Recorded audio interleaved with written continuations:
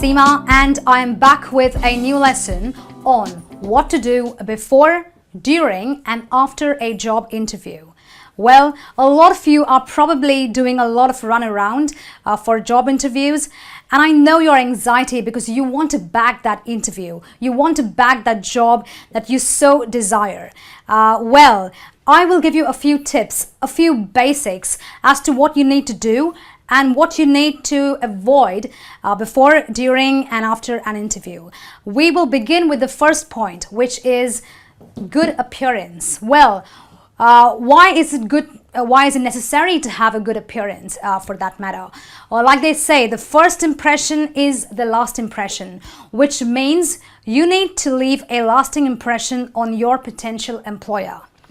Well, you need to make sure about the clothing. So when you pick your attire, you need to make sure that it is well suited to the day of your interview, which means it has to be formal. Whether you're a man or a woman, you've got to stick to formal clothing.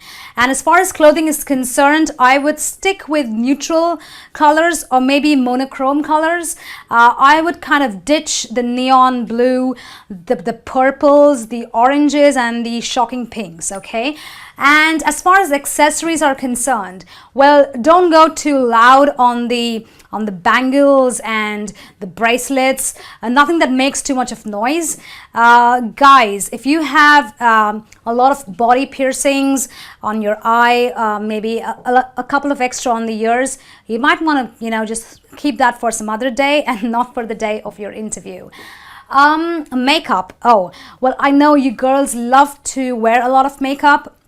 But if you are going in for a formal interview, a professional interview, you might want to tone it down a little bit. You might want to apply nude shades of lipstick, or a little bit of less mascara, but not too much, and not too much out there. Well, next, I would say you need to be very punctual. Why do I say that? Because I know a lot of potential employers and interviewers who rank punctuality or being on time as their number one requirement or prerequisite to hiring an employee, which means you don't be too late and you don't be too early either. When I say you don't be too early, I mean you kind of come early, but maybe like say 15 to 10 minutes in advance. How do you go about doing that? If you want to be, a little early, maybe 10 minutes in advance, a day prior to going in for the interview, you need to figure out the address. You need to figure out the kind of time it takes to reach there, depending on what mode of transportation you are using. So if you are getting your own car, if you are driving your way to the interview, you need to figure out the place you are going to park in and the distance it takes to walk from the car park to the elevator. Believe me, that would save you around at least 5 minutes in walking or searching time. If you are going by bus or any other public transportation, you might want to know exactly what time of the day the bus kind of comes and the train timings as well. So you need to watch out so that you are punctual, and when you come to your interview on time, you are also less stressed as opposed to being really anxious if you kind of get a little late.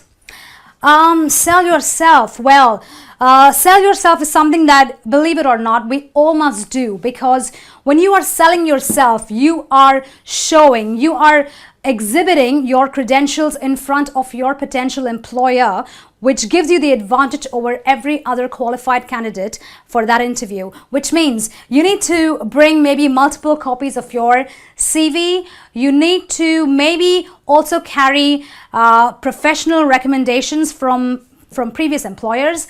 Or you could also carry certain awards, certain thank you notes from customers, from clients, appreciation emails, and a lot of other things which show that you've done a very good job in your previous workplace and you are going to do it again. And then you have body gestures. Well, I would say that the way a person's body is, the gesture of a person shows a lot about his thoughts. His countenance, just the appearance on his face, shows a lot about him as a person and as a professional, which means that when I talk about body gestures, as soon as I walk in a room, I need to make sure that I wear a smile. Well, that's one of the most important things you need to do. And the handshake, when you just walk into the room, of course, you are going to shake hands with your potential employer. Is your handshake going to be, like a really gut-wrenching handshake, which kind of kills the potential employer? No, you don't want to do that. You want to have a firm, but a very professional handshake. On the other hand, you don't want it to be a cold, weak, clammy handshake either. So make sure you kind of, have a firm handshake and give good eye contact.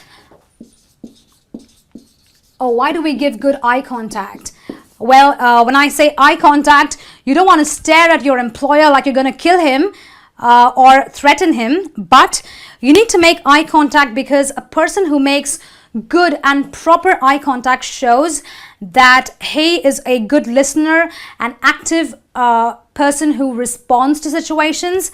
And your hand gestures, when I'm speaking, when I have these open hand gestures, it actually shows that I'm a person open to feedback, open to other recommendations, and as opposed to someone who sits like this, telling the person in front of them unconsciously that they don't want to be bothered by anything else. So you want to be really open with your hand gestures. And you also want to make sure about your posture, which means you need to have a straight back. You don't want to be slouching, because believe me, nobody wants to hire a slouch. And you want to ask questions. Well, why do you need to ask questions? You need to clear your doubts. And what kind of doubts would you need to be clearing? When you start a new job, or before you even start a new job, you have a lot of questions running in your mind. So you probably think that, what is the pay going to be like, or what are the ethics, or what are the policies of the company, or what are the what is the actual description of my job profile. You need to know so many things about the company. So when you ask questions, it not only shows that you have done some research on the company, which of course shows that you are very interested in the job, but it also shows that you are in a position, or you are willing to carry or to bring your skills into the company, be it technical or your speaking skills, and work wonders for the job that you are going to be hired for. This works wonders for you in getting a job, because it shows how well informed and how much of knowledge you definitely have. And then you have the follow-up. Well, this of course deals with something that happens after an interview. So after you've kind of, you've kind of done with the interview, you need to know whether you've been accepted or rejected. So I would say after a week, and you would get feedback maybe from the employer themselves up front, but sometimes a lot of employers ask you to call them, or just email them, and that's when you ask them for feedback. Well, what is the necessity of asking for feedback? Well, firstly, it tells you whether you've been accepted or rejected. Now, if you've been rejected, which is something that we don't want to, happen with us, but if you have been rejected, why do you need feedback? You need to know exactly what went wrong. So you kind of take those points and make them your action points to work upon when you go in for, future interviews. If you have been accepted, I would recommend you kind of ask them what more you need to do when you start a job, or what you need to do before you come for the first day of your job. And I would recommend you send a thank you note if you are accepted or rejected, a thank you note giving them or showing that you are very grateful of getting the opportunity to be there and give the interview amongst so many other qualified candidates. Well, that's it from me on this lesson on what to do before, during, and after an interview. Well, these are the basic things you need to kind of be aware of, and I don't believe you could go wrong if you kind of stick with the basics. Well, that's it from me. I will be back with some new lessons. Until then, I'll see you. Goodbye.